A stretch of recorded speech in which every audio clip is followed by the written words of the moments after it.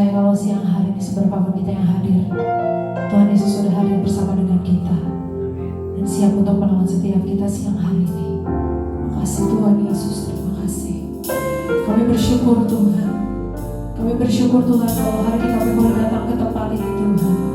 Kami bersyukur Tuhan kalau kami boleh Tuhan kembali diberi kesempatan untuk kami mau berjumpa dengan Tuhan, untuk kami mau memuji, mau menyembah Tuhan. Karena kami tahu Tuhan saat kami datang ke tempat ini, kami percaya kami datang pada Tuhan yang benar, pada Allah yang hidup, Allah yang senantiasa selalu ada bersama dengan kami di sepanjang kehidupan setiap kami Tuhan. Setiap kami Tuhan, saat siang hari ini Tuhan kami mau undang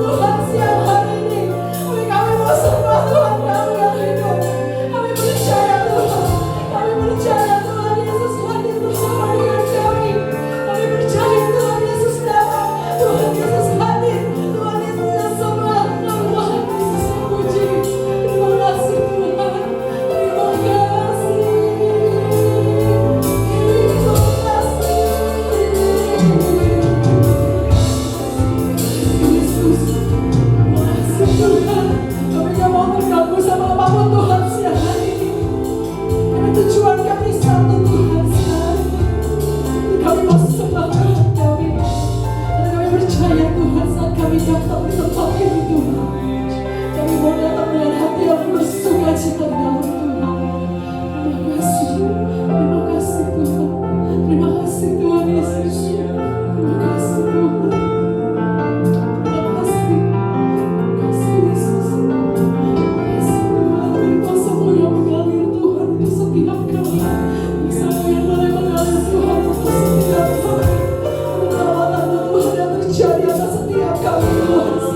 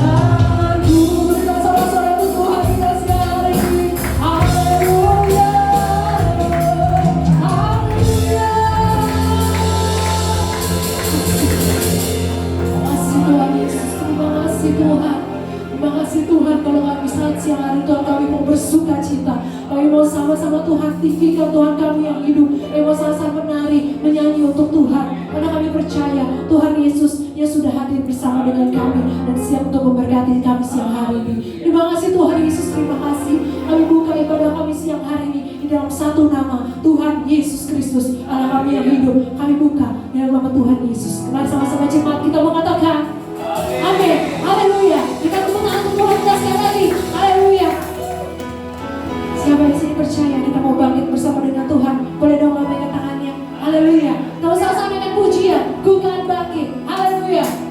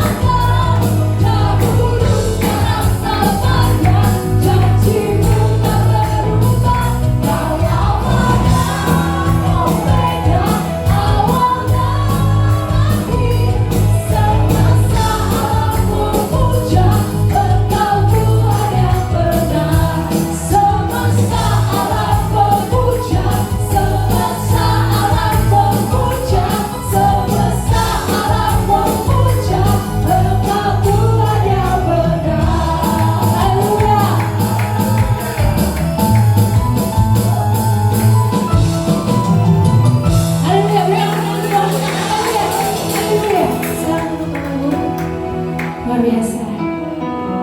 Ya boleh datang ke tempat ini dengan penuh sukacita siang hari ini. Amin ya. Amin. Mari kita mau sama-sama siapkan hati kita sebelum kita mau mendengarkan kebenaran firman Tuhan. Kita percaya siang hari ini kalau Tuhan Yesus adalah satu-satunya sumber pertolongan di dalam hidup setiap kami. Karena kami percaya Tuhan, pertolongan-Mu gak akan pernah terlambat untuk setiap kami. Dan kalau kuasanya Tuhan yang selalu mengikat kami. Terima kasih Tuhan.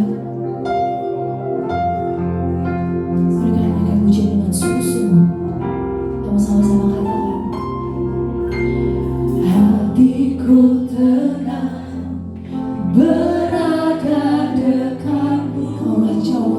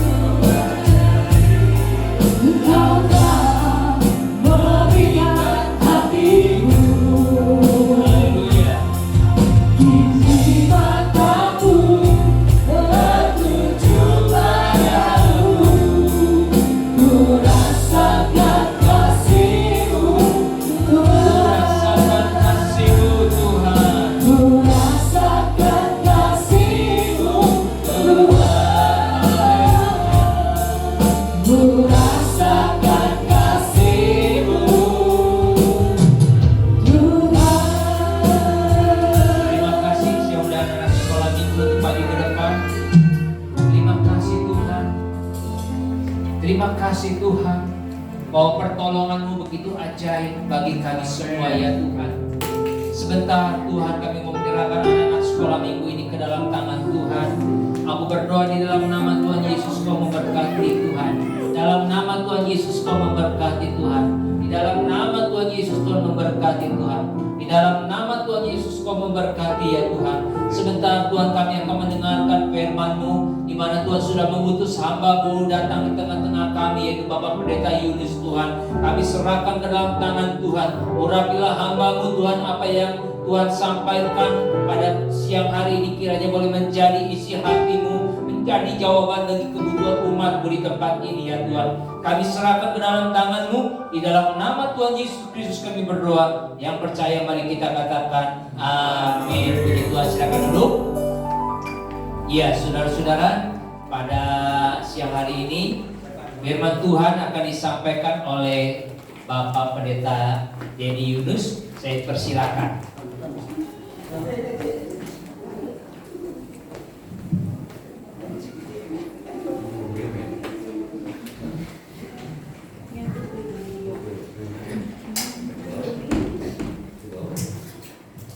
Shalom saudara. Shalom.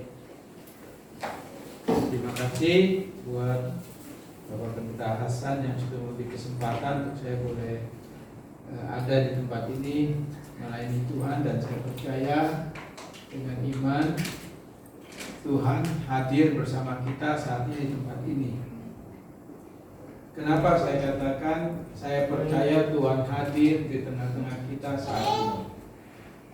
Sebab kalau memang kita ini beriman kepada Kristus, berarti kita beribadah saat ini bukan karena status kita orang Kristen, bukan karena kita tugas melayani Tuhan, tidak seperti itu sudah. Tapi kita melayani di tempat ini, kita beribadah di tempat ini karena kita tahu kita melayani dan beribadah kepada Tuhan. Dan kita percaya Dia hadir, ada bersama kita di tempat ini. Saudara, kenapa saya katakan saya percaya Tuhan hadir, Tuhan ada bersama kita? Sebab ibadah itu Tuhan yang mengundang kita, bukan gereja yang mengundang saudara. Sebab gereja hanya sebuah wadah, tapi Tuhanlah yang mengundang saudara bisa hadir di tempat ini. Nah, kedatangan saudara beribadah di tempat ini, motivasi saudara melayani di tempat ini, saya nggak ngerti. Itu yang tahu cuma saudara dan Tuhan. Untuk apa saudara datang beribadah dan melayani di tempat ini? Karena iman itu pengakuan, iman itu tindakan, dan iman itu juga tanggung jawab. Itu iman. Dan itu harus nyata dalam kehidupan kita sehari-hari. Baik dalam keseharian kita harus menunjukkan bahwa pengakuan kita ini betul-betul bisa dilihat oleh orang di sekitar kita. Tindakan kita bisa dilihat, ada buah firman dalam hidup kita. Tanggung jawab kita sebagai orang percaya tentunya ada tanggung jawab di mana saudara dan saya Tuhan panggil dan Tuhan terlibat. Misalnya saudara berjemaat di tempat ini, saudara punya tanggung jawab di tempat ini untuk apa? Untuk menjadi saksi Kristus di mana saudara berada. Itu beban, itu tanggung jawab. Kalau saudara punya iman tapi sudah tidak terbeban, tidak punya tanggung jawab, tidak memikirkan jiwa-jiwa, patut dipertanyakan. Jangan-jangan saudara cuma statusnya saja sebagai orang Kristen, tapi sesungguhnya sudah tidak beriman kepada Kristus. Sebab iman, pengertian iman itu bisa dua. Yang pertama, iman itu bisa karena kita percaya. Status karena orang tua, keluarga kita Kristen, otomatis kita Kristen. Otomatis secara pengetahuan kognitif kita tahu kan, kita percaya bahwa Yesus adalah Tuhan dan Juru Selamat. Itu hanya di sini, bukan di sini. Dan iman yang sejati itu hanya ada di sini, bukan di sini. Dan itu pasti menghasilkan tanggung jawab, beban. Kenapa saya katakan demikian? saudara dari tempat ini. Berarti ini menjadi bagian tanggung jawab saudara sebagai orang percaya. Pertanyaan saya, sudah berapa lama saudara jadi orang Kristen? Sudah berapa lama saudara berjemaat di tempat ini? Sudah berapa jiwa yang saudara bawa bagi Tuhan?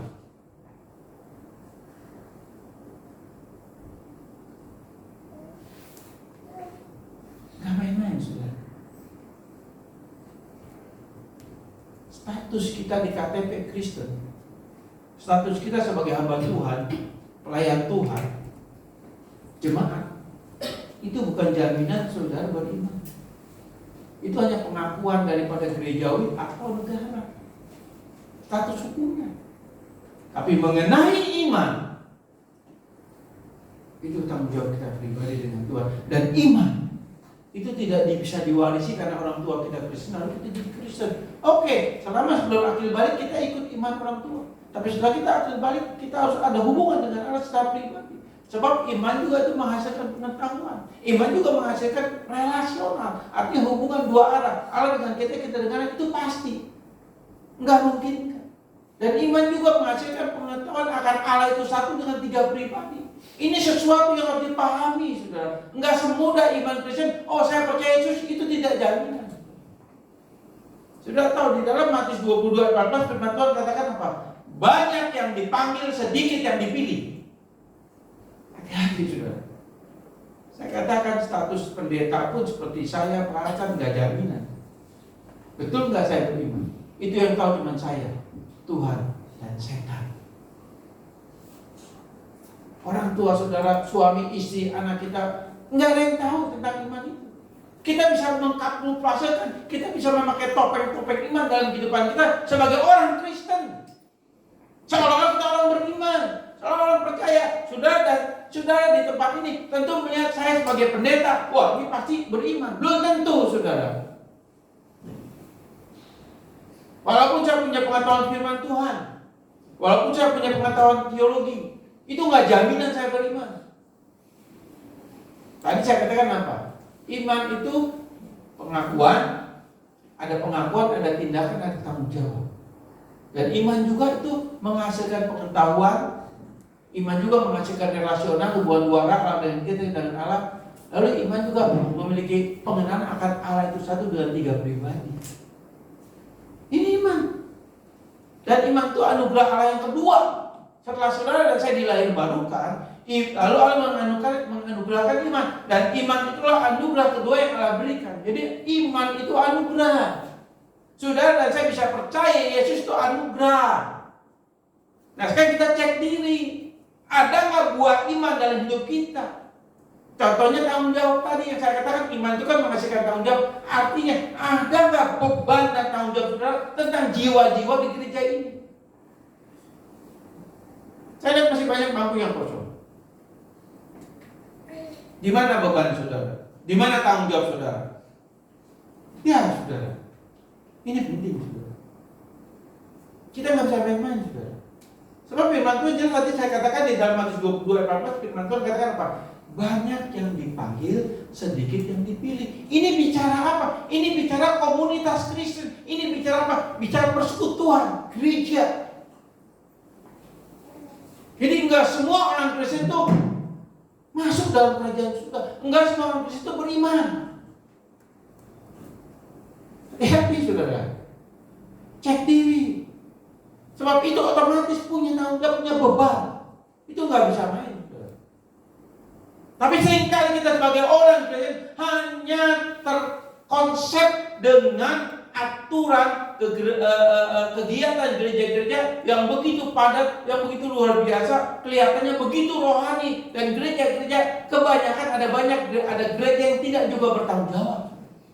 Mengemas firman Tuhan, mengemas kerohanian untuk dikemas sebaik mungkin dan dijual kepada orang-orang Kristen yang tidak memahami, yang tidak memiliki iman. Kenapa saya berani katakan demikian? Sebab gereja itu dibangun ada dua gereja yang dua gereja di dunia ini. Gereja yang dibangun Tuhan dan gereja yang dibangun oleh manusia. Ada dua. Gereja yang mana? Saudara, enggak jaminan gereja besar dengan jemaat yang besar. Lalu ini di sini Tuhan hadir. Pasti di sini hamba tuanya hebat. Kan. Bukan ukurannya. Sebab tadi firman Tuhan katakan banyak yang dipanggil, sedikit yang dipilih. Ngeri, saudara. Ayo cek diri. Cek diri. Tadi saya katakan apa? Sekali lagi saya ulangi. Saya sebagai hamba Tuhan, sebagai gembala, juga sebagai penginjil, saya juga harus mawas diri, cek diri. Betul nggak saya percaya? Betul nggak saya beriman? Dan itu harus saya lihat buahnya. Dan harus saya mengalami sesuatu terobosan dalam keimanan saya. Nggak stagnan. Di gereja kita boleh dalam ibadah, kita melayani, kita ibadah dengan luar biasa. Tapi dalam keseharian kita dari hari Senin sampai hari Sabtu, bagaimana? Apa yang kita alami? Betul gak ada tanggung jawab iman dalam hidup kita? Jangan main-main. Saya mau tanya, siapa yang bakal tahu tentang kematiannya? Ada yang tahu? Kita nggak tahu. Kapan Tuhan panggil kita dalam kematian? Tapi saudara harus sadari, kita sedang menuju kepada kematian itu. Kenapa kita harus mengalami kematian? Sebab kematian itu buah dari dosa. Kematian ada dua. Kematian fisik yang memang sudah Tuhan katakan di dalam Kejadian 3:19. Kamu akan menjadi debu dan tanah kembali. Itu ada. Lalu dikatakan bahwa natur tubuh kita yang berdosa ini pasti mati. Dan Tuhan mati di kayu salib itu bukan untuk menyelamatkan tubuh daging kita ini, tidak. Tapi natur roh kita yang diselamatkan. Dan dalam Roma 6 ayat 23 firman Tuhan katakan, upah dosa adalah maut. Artinya bicara waktu bicara kebinasaan. Kebinasaan artinya kita akan binasa. Apanya? Roh kita yang akan binasa. Tapi Yesus datang dan mati di kayu salib itu menyelamatkan roh kita supaya nanti roh kita tidak binasa ketika kita dipanggil dalam kematian tubuh daging ini. Nanti ketika kita dibangkitkan, Tuhan akan memberikan tubuh yang baru, tubuh kemuliaan sebagaimana Yesus bangkit dari kematian. Tubuh yang baru. Kematian yang tahu. Tapi sekali pertanyaan, betulkah kita beriman? Ini pertanyaan yang serius, saudara. Ini sangat serius. Enggak bisa bermain tentang iman. Kita harus bertanya pada diri sendiri, Tuhan, apakah saya beriman atau tidak? Cek diri, saudara. Sebagaimana saya juga mau cek diri saya. Saya nggak berani main-main. Ngeri, saudara. Kita akan baca di dalam Lukas 13 ayat 22 dan seterusnya. Lukas 13 ayat 22 firman Tuhan demikian. Perikopnya siapa yang diselamatkan? Kemudian Yesus berjalan keliling dari kota ke kota dan dari desa ke desa sambil mengajar dan meneruskan perjalanannya ke Yerusalem. Dan ada seorang yang berkata kepadanya, perhatikan, Tuhan, sedikit saja ke orang yang diselamatkan. Ini pertanyaan juga. Tuhan, sedikit saja ke orang yang diselamatkan. Lalu ayat 24, jawab Yesus kepada orang-orang di situ, berjuanglah untuk masuk melalui pintu yang sesak itu, sebab aku berkata kepadamu, banyak orang yang akan berusaha untuk masuk tetapi tidak akan dapat. Banyak orang ingin masuk surga, lalu merasa, oh saya pasti masuk surga karena nama saya sudah tercantum dalam gereja di mana saya berjemaat. Oh, saya pasti masuk surga karena saya sudah menjadi hamba Tuhan. Saya menjadi pendeta, saya menjadi worship, saya menjadi singer, saya menjadi pemusik, saya menjadi jemaat yang setia. Apa kayak itu? Tidak. Ya, dikatakan Bapak, sebab aku berkata banyak orang akan berusaha untuk masuk tetapi tidak akan dapat. Ini ditujukan untuk saudara dan saya. Ini menjadi satu pertanyaan besar. Ayat 25, jika tuan rumah telah bangkit dan telah menutup pintu, kamu akan berdiri di luar dan mengetok-ketok pintu sambil berkata, Tuan, bukankah kami pintu? Dan dia akan menjawab dan berkata kepadamu, aku tidak tahu dari mana kamu datang. Maka kamu akan berkata, kami telah makan dan minum. Perhatikan saudara, ayat 26. Maka kamu akan berkata, kami telah makan dan minum di hadapanmu, dan engkau telah mengajar di jalan-jalan kota kami. Tetapi ia akan berkata kepadamu, aku tidak tahu dari mana kamu datang, nyala dari hadapanku, hai kamu sekalian yang melakukan kejahatan. Di sana akan terdapat ratap dan kertak gigi apabila kamu akan melihat Abraham dan Ishak dan Yakub dan semua nabi di dalam kerajaan Allah, tetapi kamu sendiri dicampakkan keluar. Dan orang akan datang dari timur dan dari barat dan dari utara dan selatan, dan mereka akan duduk makan di dalam kerajaan Allah. Dan sesungguhnya ada orang yang terakhir yang menjadi orang yang terdahulu, dan orang yang terdahulu akan menjadi terakhir. Di dalam ayat yang ke-20 dikatakan ini, maka kamu akan berkata, kami telah makan dan minum di hadapanmu, dan kau telah mengajar di jalan-jalan kota kami. Kami telah makan dan minum di hadapanmu. Jadi artinya di sini ada satu percakapan di mana Tuhan memberikan ilustrasi akan ada banyak orang Kristen nanti berkata, Tuhan, bukankah saya sudah makan semeja hidangan dengan engkau? Ini bicara apa? Ini salah satu bicara mengenai perjamuan kudus. Gereja GBI setiap minggu pertama pasti mengadakan perjamuan kudus. Betul? Ya. Pertanyaan saya, apakah saudara ikut perjamuan kudus itu atau tidak? Saya yakin sebagai orang jemaat yang aktif, tentu saudara akan ambil bagian dalam perjamuan kudus. Saya katakan saudara, perjamuan kudus itu bukan satu ritual gereja, sinode, atau hanya acara yang melengkapi kegiatan gereja dalam ibadah. Bukan. Perjamuan kudus itu sesuatu yang sakral, perjamuan kudus yang tidak bisa kita main-main, di mana kita terlibat di dalamnya. Tapi firman Tuhan katakan di dalam ayat 26 ini, katakan apa? Bukankah kami sudah semeja hidangan yang engkau makan perjamuan? Jadi seolah-olah dalam ikut perjamuan kita udah pasti nama kita tertulis dalam buku anak domba. Seperti itu. Enggak. Lukas pasal 13 berkata dengan demikian.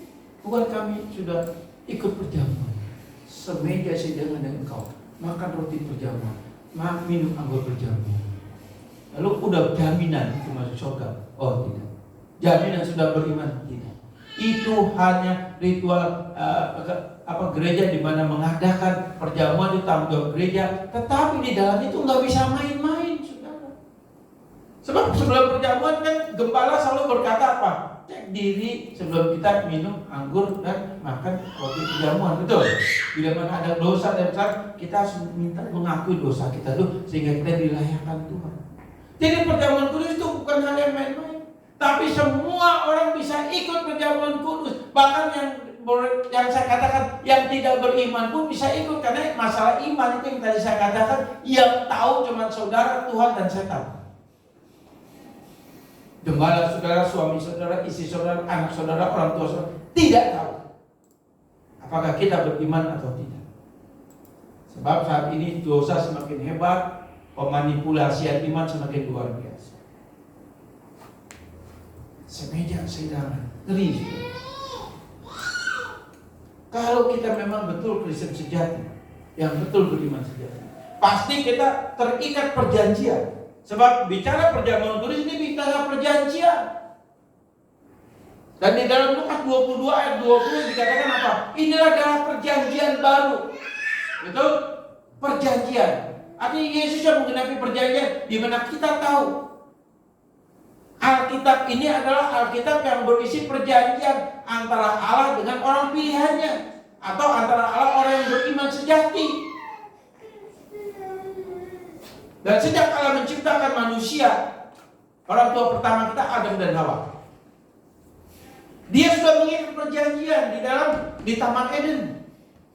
Di dalam Kejadian pasal 1:28, Tuhan pertama membuat perjanjian dengan Adam.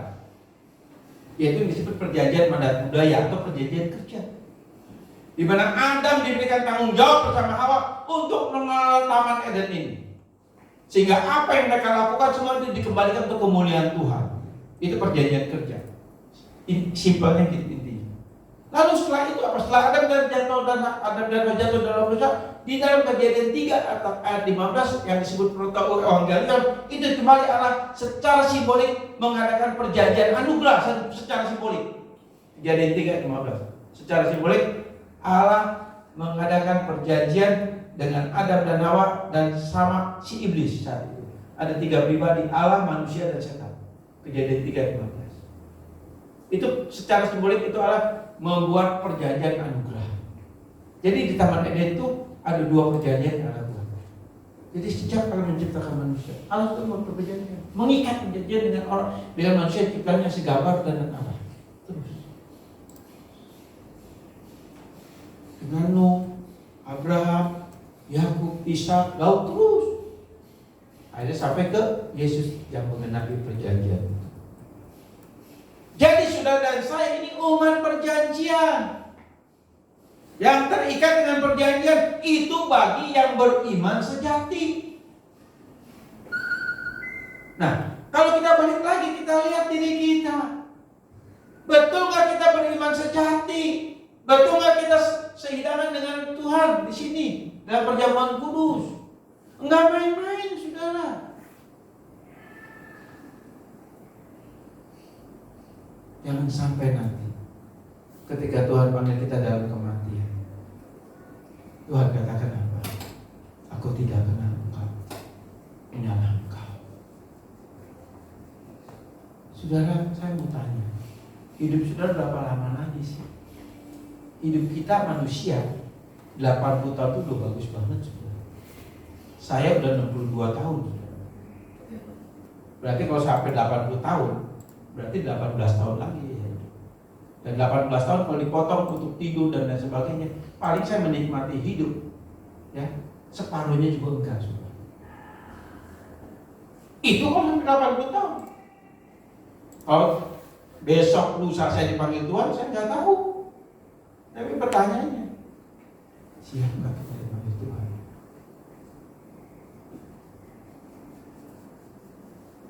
Perjanjian demi perjanjian. Kalau sudah dan saya terikat perjanjian dengan Allah, berarti sudah beriman sejati. Dan perjanjian ini secara sepihak. Allah yang memilih saudara dan saya terikat dalam perjanjian dan kita ada di dalamnya. Dan kalau betul seperti itu, nama saudara saya jamin tertulis dalam buku anak domba. Tapi sekali lagi pertanyaannya, saudara, betul nggak saudara dipilih terikat perjanjian dengan Allah? Sebab setiap minggu pertama, setiap bulannya kita selalu mengadakan perjamuan kudus. Kita diingatkan terus bahwa kita terikat perjanjian. Berarti mulai dari minggu pertama sampai ketemu minggu pertama bulan depan, kita terus berjalan dalam perjanjian. Artinya kita umat perjanjian, artinya kita ada di dalam hukum Allah. Dan kita percaya kita berjalan terus dalam kebenaran dan tuntunan Roh Allah. Setiap hari sampai ketemu minggu depan, minggu pertama lagi, terus kita ada dalam perjanjian. Terus dan terus. Pertanyaannya, betulkah kita di situ ada?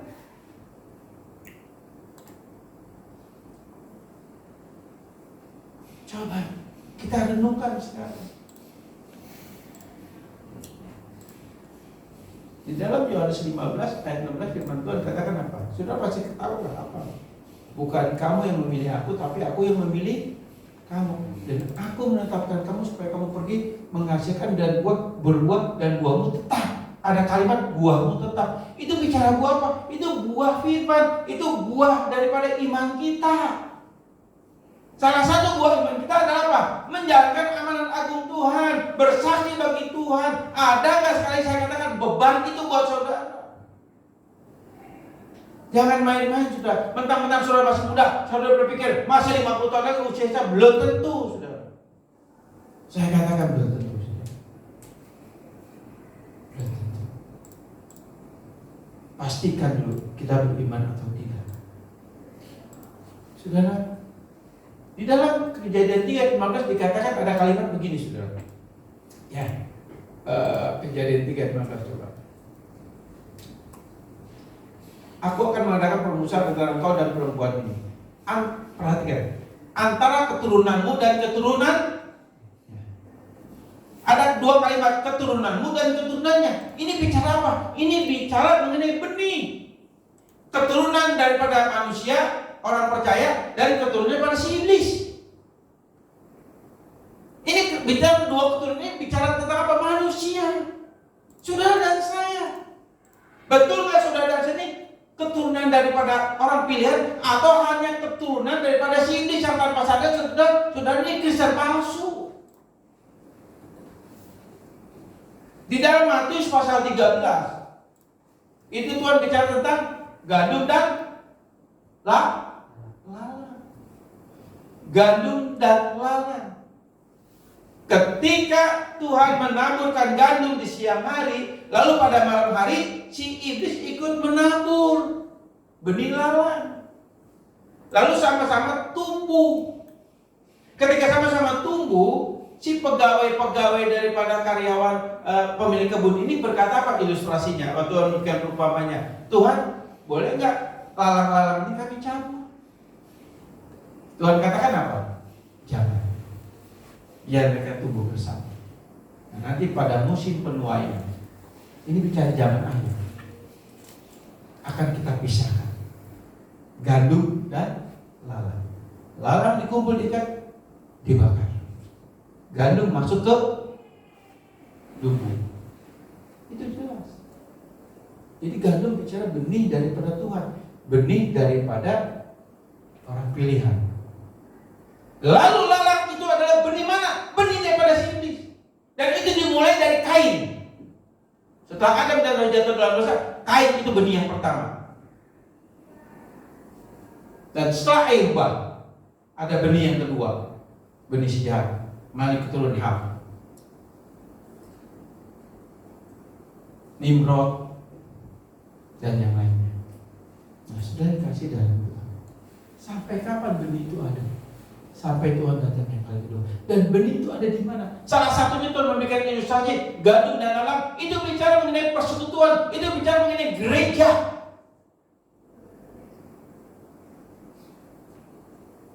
Mengenai gereja. Jadi semua yang datang di ibadah belum tentu semuanya gandum, tapi lalang bisa ada. Tapi saya percaya kembali tempat ini tentu berdoa terus supaya jiwa yang dipercayakannya adalah semua gandum bukan lalang. Itu tentu kerinduan gembala. Saya pun gembala. Ibrani 13 ayat 17 dikatakan apa? Gembala itu bertanggung jawab untuk menjaga jiwa-jiwa. Berdoa bagi jiwa-jiwa itu gembala. Menjaga jiwa-jiwa itu gembala. Tapi jemaat juga harus menghormati, menghargai gembala. Coba buka Ibrani 13 ke 17. Coba.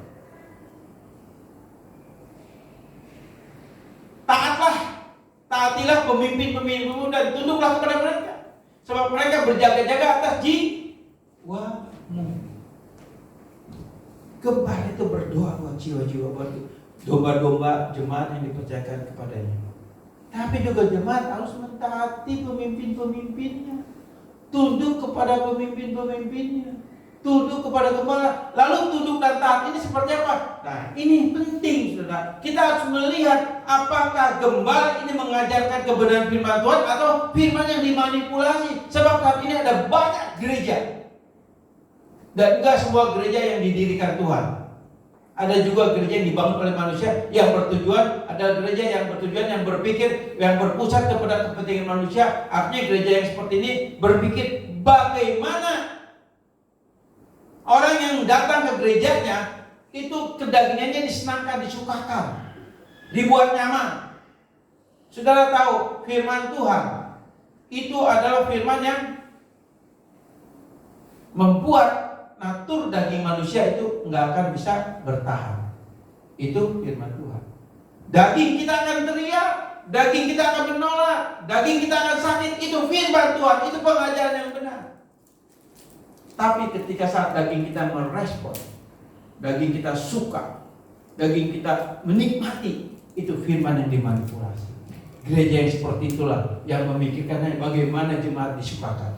Dan itu ada di dalam 2 Timotius pasal 4 ayat 3. Nanti akan banyak orang Kristen yang cuman menyenangkan kupingnya. Betul? Ada 2 Timotius pasal 4 ayat 3. Dan saat ini banyak doktrin sudah. Hati-hati yang menyesatkan. Salah satunya saya katakan saudara, ya, doktrin yang ada. Saya lihat di Kerawang ini ada beberapa gereja yang mengalami paham doktrin ini saudara. Itu doktrin hyper grace. Sudah tahu hyper grace?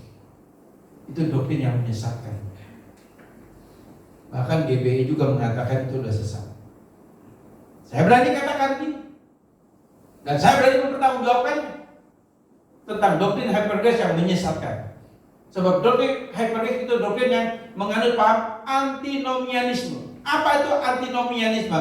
Antinomianisme artinya doktrin yang yang tidak kompromi lagi, yang tidak memakai lagi perjanjian lama, khususnya 10 perintah itu nggak pernah dipakai lagi. Dikatakan itu hukum legalisme. Itu salah satunya. Menolak hukum 10 perintah, ngawur saudara.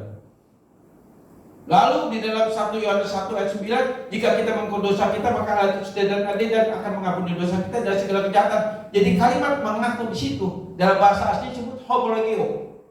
Homologeo itu artinya mengakui, tapi dia rubah menjadi kita sepakat. Tuhan sudah mengampuni dosa kita yang dulu, sekarang dan yang akan datang. Itu betul. Yesus mati di kayu salib mengampuni dosa kita yang dulu, sekarang dan akan datang, betul. Tapi yang namanya pertobatan itu harus dilakukan setiap hari. Bukan sepakat.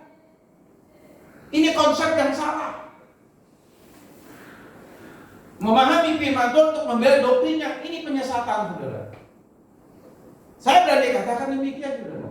Dan saya pernah buat seminar itu tentang hypergrace di Jawa Tengah. 2 kali saya buat seminar hypergrace.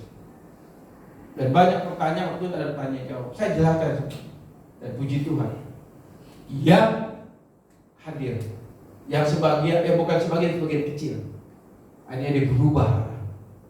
Dia tinggalkan doktrin hypergrace ketika diskusi dengan saya. Nah, sudah yang kasih dalam Tuhan, apakah yang seperti itu beriman sejati? Tidak. Sebab iman kepada Kristus juga beriman kepada firman Tuhan yang betul-betul tertulis. Dan apa kata firman Tuhan? Bukan apa kata saya. Bukan menjadikan firman Tuhan ini menjadi suatu komoditi untuk dijual. Nah, saudara,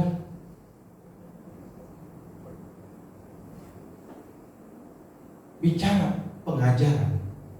Saya percaya di tempat ini hambanya memberikan satu pengajaran yang benar, yang injili, itu pasti.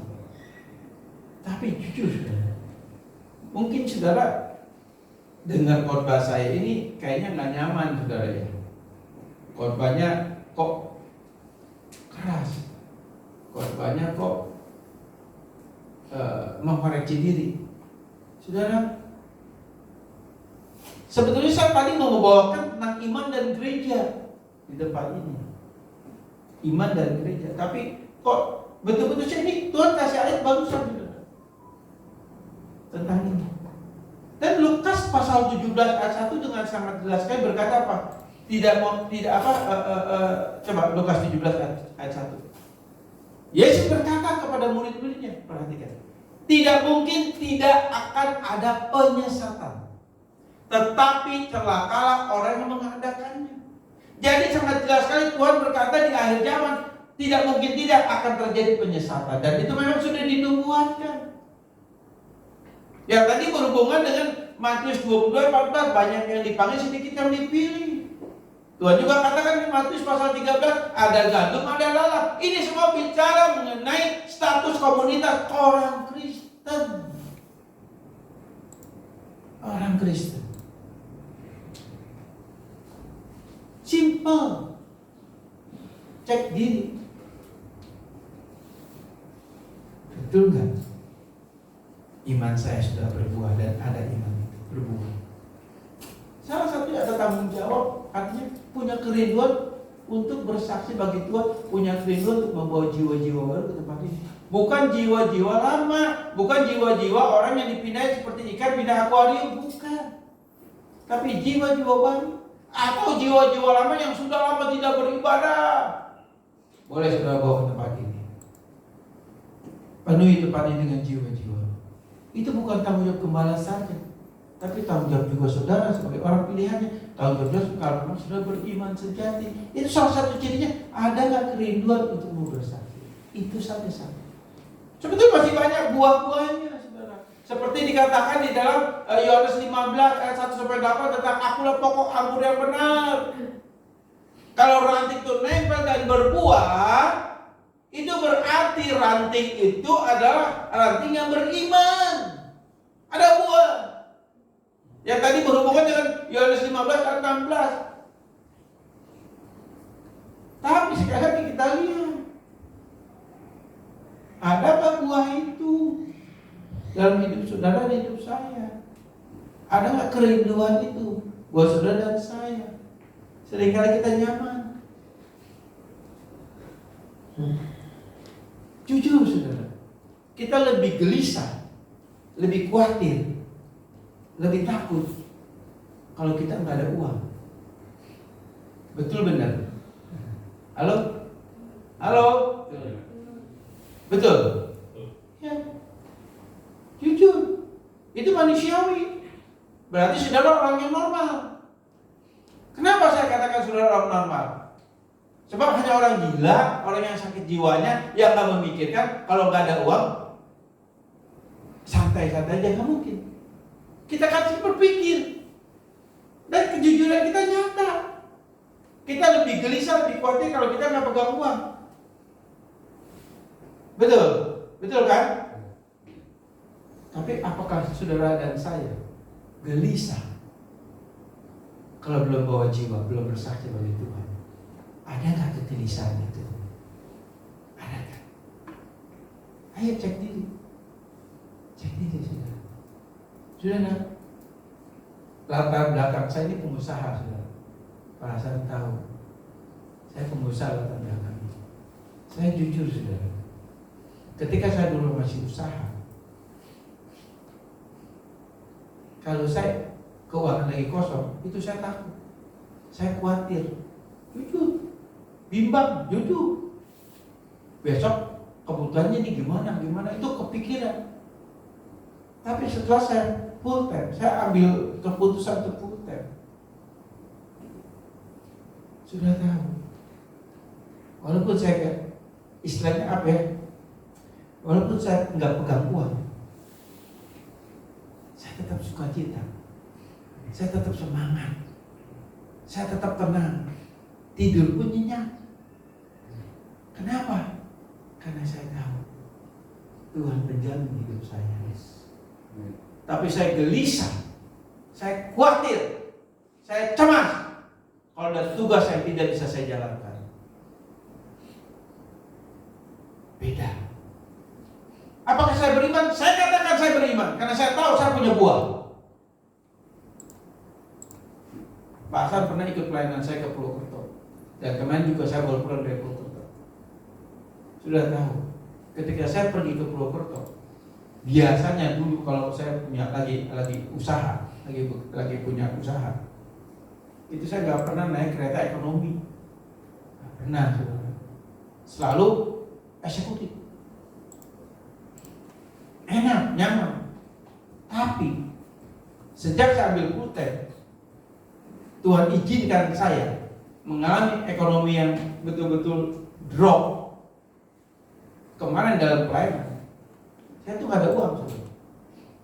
Betul. Saya cuma buat uang pas-pasan. Sudah tahu. Dengan iman, saya nggak bisa pergi. Walaupun di situ, kamu mau pergi pakai apa? Saya cari tiket kereta. Sudah tahu. Dari Cikarang ke Purwokerto, saya dapat tiket 59.000. Murah nggak? Halo, murah nggak? AC lagi saudara. Walaupun ekonomi. Di sana, sudah tahu. Tiba-tiba ada satu pengusaha hotel. Bintang 3. Dia berikan saya kamar 1. Pakai Pak. Selama Bapak melayani tempat ini. Gratis itu. Tuhan cukupi semuanya. Saya jujur, kalau saya dapat tugas nggak pergi, saya khawatir, saya gelisah, saya takut. Saya harus pergi. Itu amanah agung. Itu tanggung jawab iman. Nah, kembali lagi pertanyaan saya. Ayo kita cek dulu. Mulai saat ini, betul nggak saudara? Hatimu gelisah karena engkau belum bersaksi, belum membawa jiwa bagi Tuhan. Itu salah satu bukti engkau beriman. Tapi kalau kau santai aja, kau tidak pernah pikirkan masa bodoh, pertanyakan. Dan saya pastikan engkau belum beriman. Bertobat, buka hati kita Yesus. Kita berdoa. Kami bersyukur buat firman-Mu Bapa. Mohon ampun Bapa. Kalau apa yang Hamba sampaikan ini ada yang salah di hadapan-Mu. Tapi biarlah Roh Kudus mari. Engkau memeteraikan firman yang cukup tidak nyaman ini di dalam natur daging kami, yang boleh menyadarkan kami untuk kami bangkit dan melihat diri kami. Apakah ada tanggung jawab dalam hidup kami sebagai orang percaya? Salah satu tanggung jawab kami adalah kerinduan untuk bersaksi bagi Engkau. Kerinduan untuk kami berbuah untuk kemuliaan nama-Mu Bapak. Ampuni kami Bapak kalau selama ini kami tidak berbuah seperti itu. Berarti kami tidak memiliki iman yang sejati. Tapi biarlah pada saat ini Bapak, Hamba berdoa bagi anak-anak-Mu yang ada di tempat ini, mereka yang belum beriman sejati, karena mereka beriman karena statusnya saja sebagai orang Kristen. Biar pada saat Engkau jamah hatinya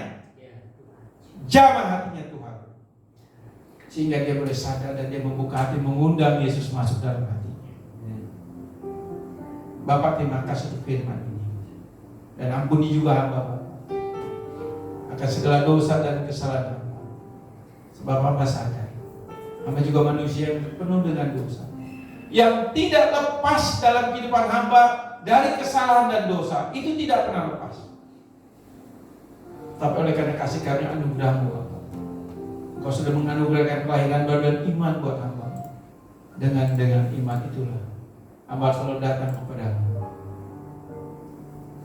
datang dengan penuh pertobatan hari demi hari.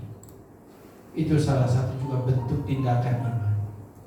Hamba bersyukur Bapak, Kau berikan kepada hamba setiap hari hati yang selalu bertobat sebagai bukti tindakan iman dan bukti iman dari pengakuan bahwa Engkaulah Allah di dalam Yesus Kristus yang menyediakan pengampunan yang tidak terbatas. Pada saat kami datang dan bertobat dan mengakui dosa kami, dan dengan iman kami percaya darah Yesus yang mengampuni dosa kami dan menyucikan kami dari semua yang jahat.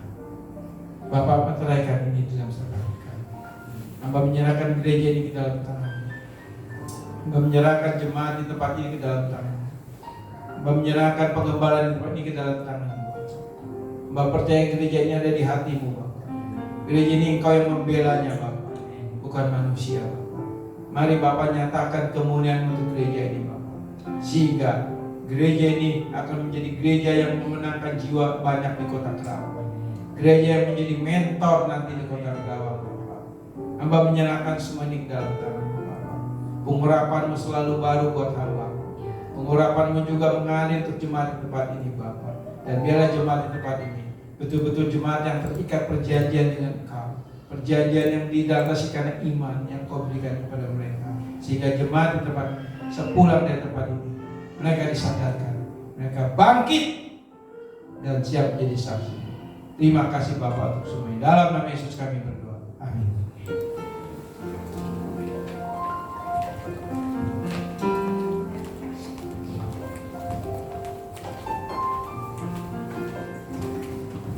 Ya, Cik.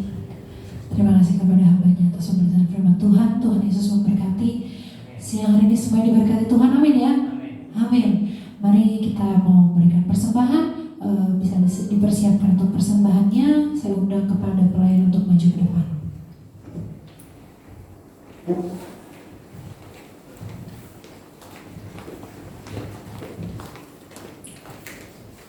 Kita bersatu dalam doa, mengucap syukur untuk setiap kebaikan Tuhan. Kalau kami sudah berada Tuhan di pertengahan ibadah kami siang hari ini, kalau kami Tuhan sudah disegarkan Tuhan dengan pemberitaan firman-Mu siang hari ini Tuhan, biar Tuhan Yesus yang boleh memberkati setiap kami, supaya firman itu boleh menjadi rema dalam kehidupan setiap kami.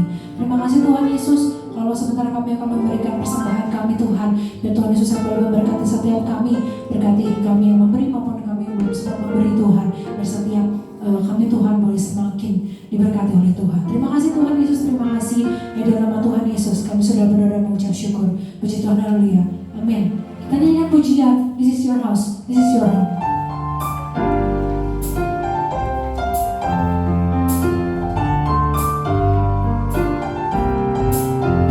This is your house, it's your home. We welcome you, Lord, we welcome you. This is your house, it's your home. We welcome you today. This is your house, this is your house, it's your home. We welcome you, Lord, we welcome you. This is your house, it's your home. We welcome you today. We welcome you today. We welcome you today.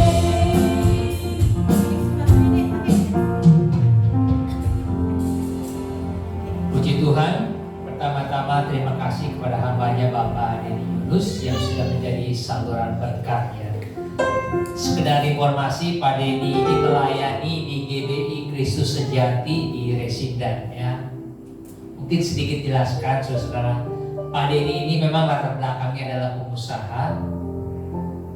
Bukan karena usahanya jatuh dia baru jadi pendeta full time, bukan. Tetapi dia dengan kesadaran sendiri, dengan kesadarannya dia menyerahkan usahanya itu, dia selesaikan, tutup, dan dia menyerahkan diri untuk melayani secara full timer kepada Tuhan. Suatu anugerah Tuhan yang sungguh luar biasa. Pak Denny bisa menjadi seorang berkat buat kita pada siang hari ini. Saudara-saudara dikasih dalam Tuhan, terima kasih buat kehadiran saudara dan persembahan saudara. Hari Kamis kita akan ada doa jam 7 malam.